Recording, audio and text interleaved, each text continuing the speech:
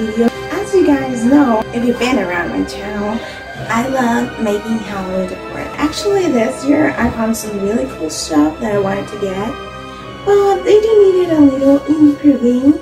So my dad and I decided to do a little flipping. If you guys don't know, flipping is when you buy something and make it better or make it into something different. Keep on watching. One of the first things that I got that actually wasn't in an outlet, sorry guys, were these really cool styrofoam pumpkins that I got at Walmart. They were super inexpensive and I just love adding some carving to it, making them look like a jack-o'-lantern instead of just a normal pumpkin.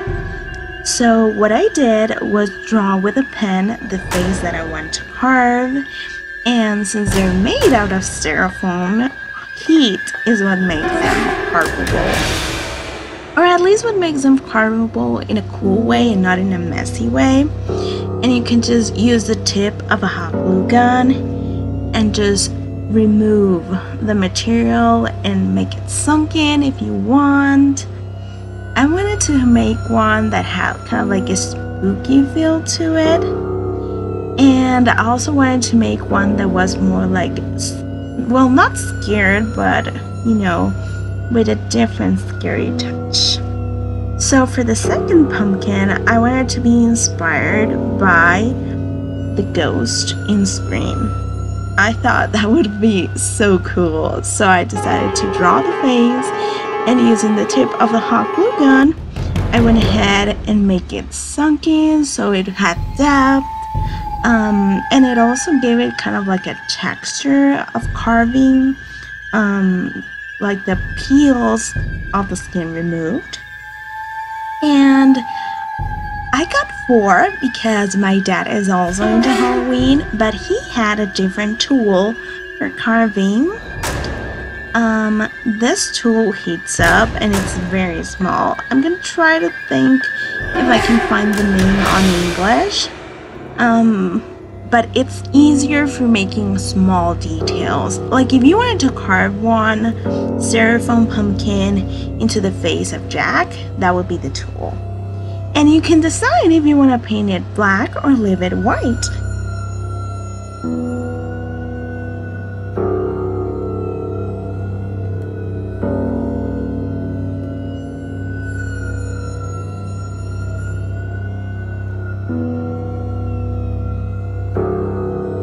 The second thing I got were these wooden pumpkins that had already the jack-o'-lantern face. So I went ahead and painted mine orange, and of course the stem had to be brown. But I thought it would be really fun to add like an extra detail to it to make it extra creepy. So I went ahead and bought a glow-in-the-dark tape. And what I'm doing is I'm cutting out the holes of the face just to sort of add it like a more creepy look and to make it more cool, because let's face it, glow-in-the-dark stuff is one of the coolest decors that you can have, whether it's for Halloween or just for decorating your own house. It just adds some flair to it.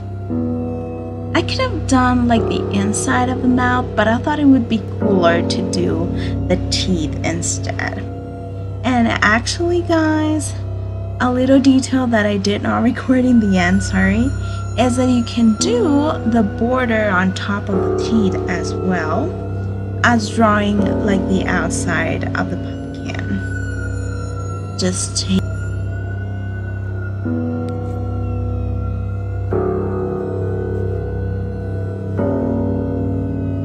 And last but definitely not least, I got this really cute and huge pumpkins at an outlet, and I really swear you guys, I thought they were made out of plastic. Turns out it's a different material, and it's exactly the experience like carving a pumpkin. Since we thought it was plastic, my dad tried using the heat tool, but turns out an X-Acto knife is a perfect tool for carving this.